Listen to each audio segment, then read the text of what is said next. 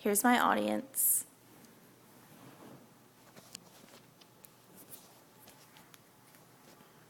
Have you ever walked around the city or drove through an intersection and saw somebody homeless begging for food or money?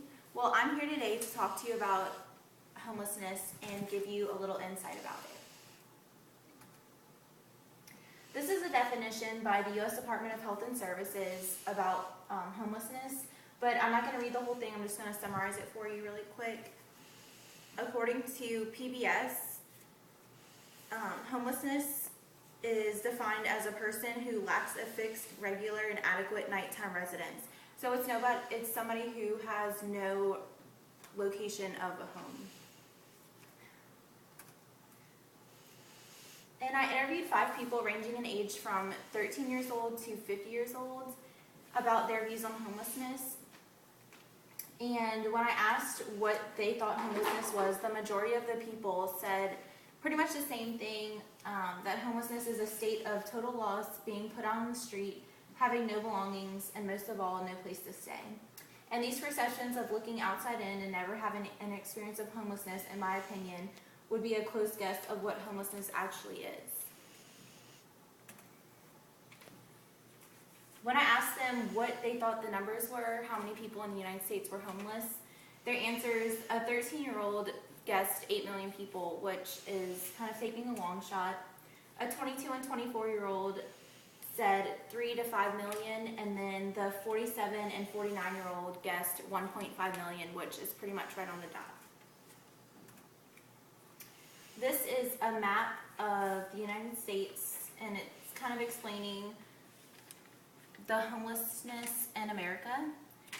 40% of homeless are in California, Florida, and New York. And I read in my research that Washington State is beginning to be up there in the top 4. And also 78% are adults, 62 are male, 58 are minority, and 63% are one-person households. So according to PBS, the number of homelessness is difficult to ascertain because it's hard to measure the amount of homelessness people. So one approximation of the annual number of homelessness in America is from a study by the National Law Center on Homelessness and Poverty, which estimates between 2.3 and 3.5 million people who do experience this. According to a 2008 U.S. Department of Housing and Urban Development report, an estimated 671,888 people experienced homelessness in one night in January of 2007. Some 58% of them were living in shelters and transitional housing, and 42% were unsheltered. And 1 of 50, or about 1.5 million American children, are homeless each year, according to a 2009 study by the National Center on Family Homelessness. There are a lot of children who are homeless. The majority of them are young adults. And then when I asked my interviewees what their thoughts of the causes of homelessness were, a 13-year-old said it was because of being poor. A 22-year-old said bad decisions. The 24-year-old responded with unemployment. The 47-year-old said natural disasters and poverty, and then the 49-year-old said drug addiction. And these, to me, are all stereotypical responses as to why homelessness is caused. And then according to PBS, I found in my research, the 3 most common reasons for families would be lack of affordable housing, poverty, and unemployment. And then looking at singles, according to PBS, substance abuse, lack of affordable housing as well, and mental illness. This is a graph of causes of homelessness.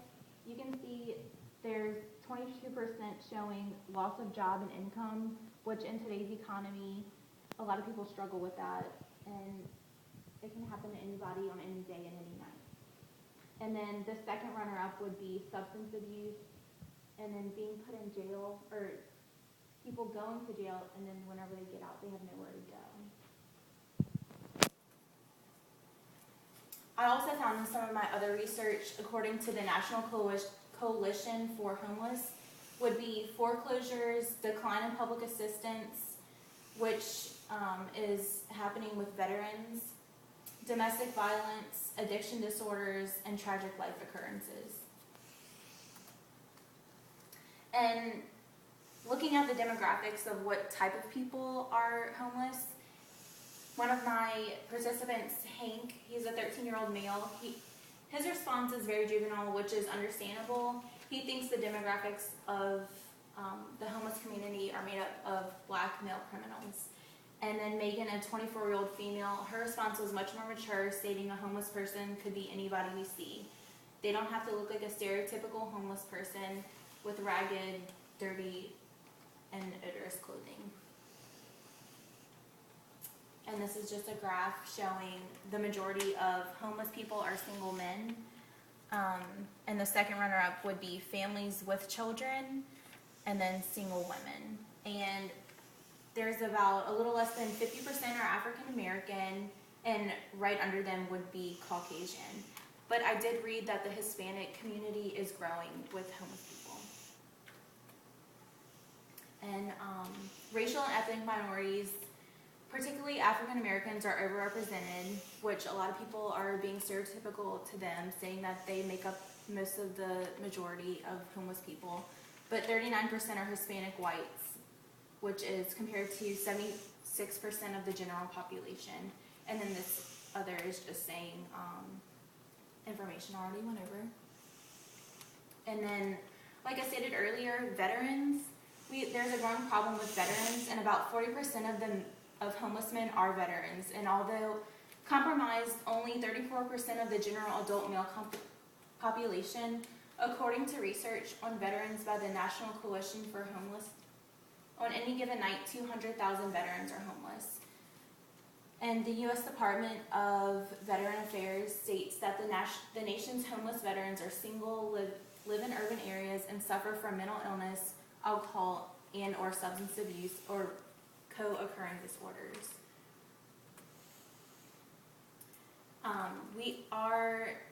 We do have one act called the McKinney-Vento Homeless Assistance Act, and this is one thing that is put in order for us to change homelessness. This is the only act that we have in the United States to prevent homelessness, and it really focuses on the symptoms more than the causes of homelessness. And then other things we can do to help change, we can educate ourselves about their circumstances, put ourselves in their shoes. We can respect them, because a lot of times it's not their choice to be homeless. Also respond to them with giving, donating, and volunteering in any shelter or any organization we can. And then work in the community, draw information towards it, and just help out in any way we can. And do I have any questions from the audience?